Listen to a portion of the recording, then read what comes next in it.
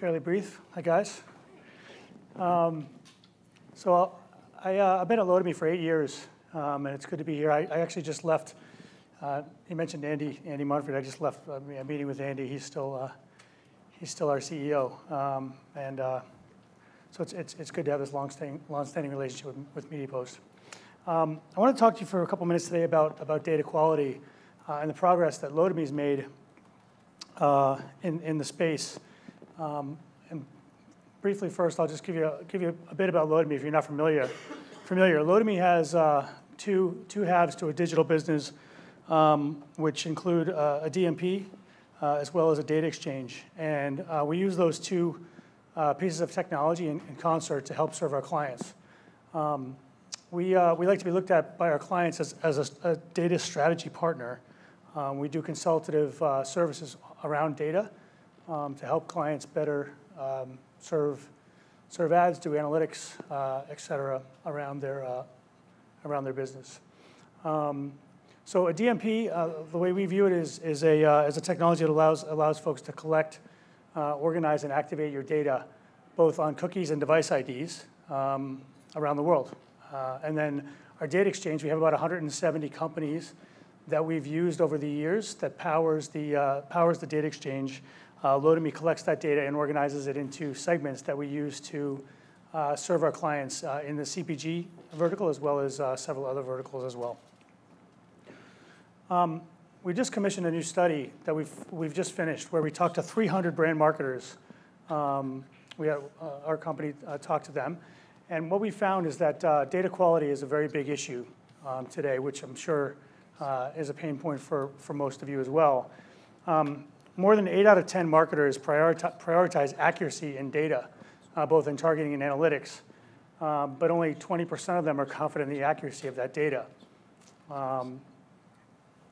And about a quarter of them aren't really sure how to kind of understand what quality means, what success means when they're using data to activate campaigns and message their customers.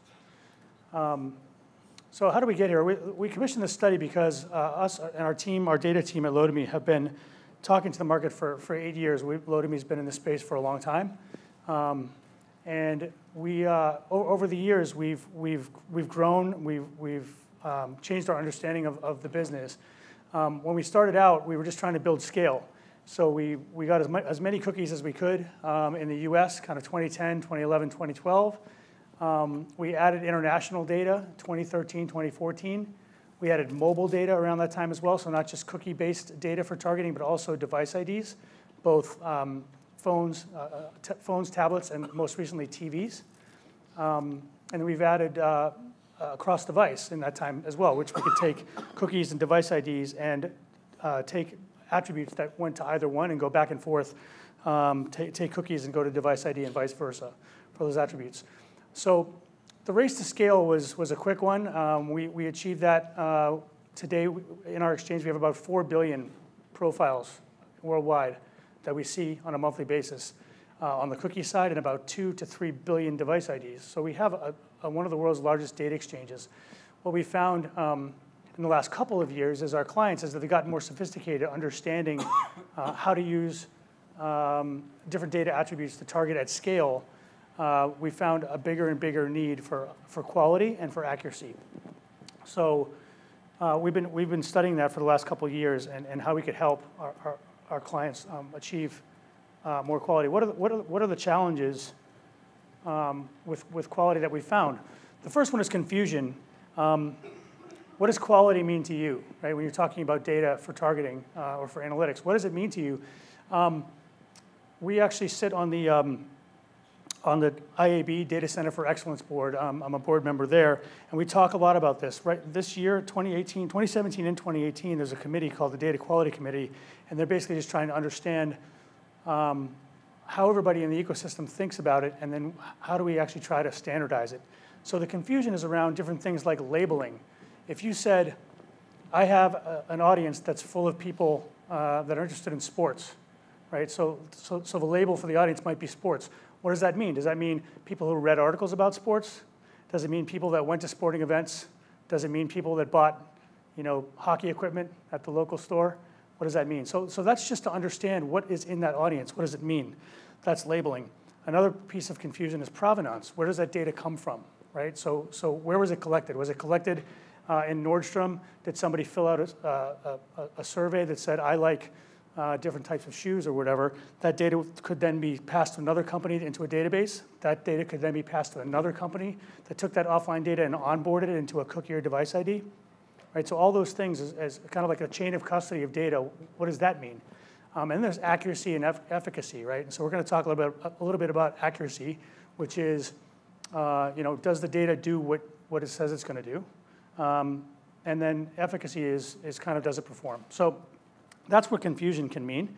In terms of barriers, we know each of us know in our kind of daily lives, I've heard that people say, well, when we do our job at Lotame, we think about like the customer and our data sets and what happens. But when I leave work and I go home, how do I actually use my phone as a consumer? How do I surf the internet as a consumer? What do I watch on TV as a consumer? You have shared PCs, right? I mean, my children use the same TV as I do. They often use the same, unfortunately, laptop as I do.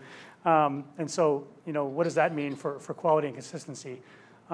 There's sometimes a lack of transparency. There's inconsistent collection, and there's bots and all. I mean, there's just tons of issues that happen when it comes to barriers for quality.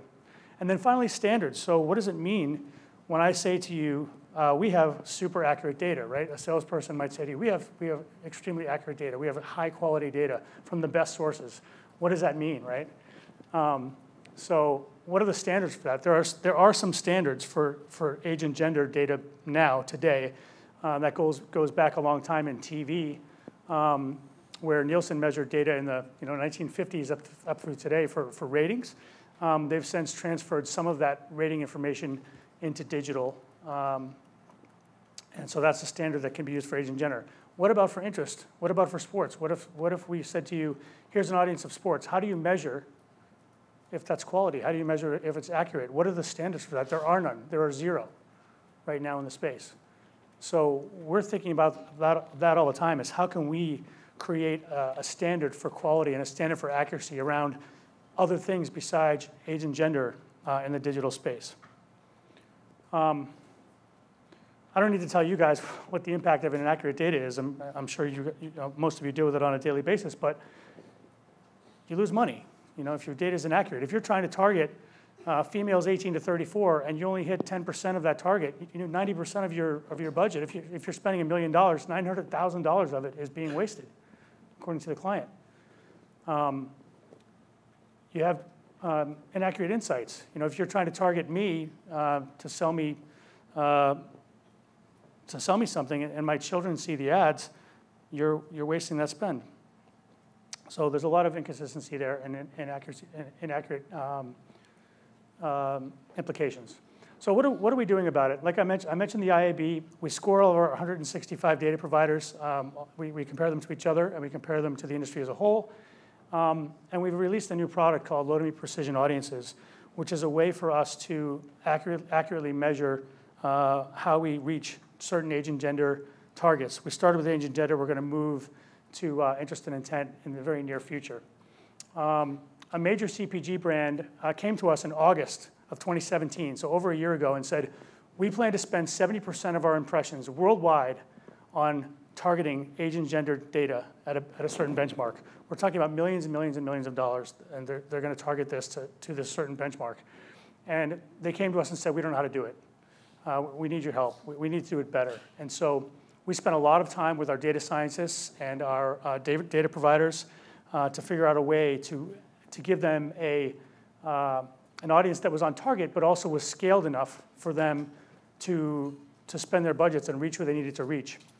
So what we found was, for females 18 to 34, for example, in the US, we found 20 million profiles where we were able to achieve the benchmark at a 25% higher rate for them.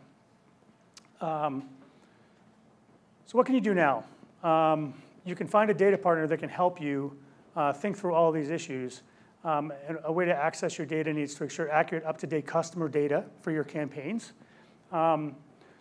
ask questions both internally and externally of yourselves, and then also of your clients. What does data accuracy and data quality mean to you? And really try to educate yourself and your teams on these issues, because they're actually only going to be escalating as we go forward. To that end,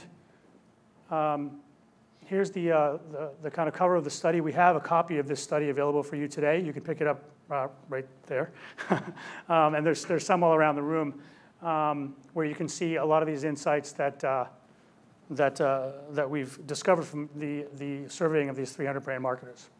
So that's about it. Thanks very much. Enjoy your coffee. Thanks. We're going to break for coffee. You can ask them questions during the coffee break. We'll be back in about 20 minutes, where we're going to be talking to Clorox about updating the Pine Sol brand and be talking about social influencers. So grab some coffee. We'll be back in about 20 minutes.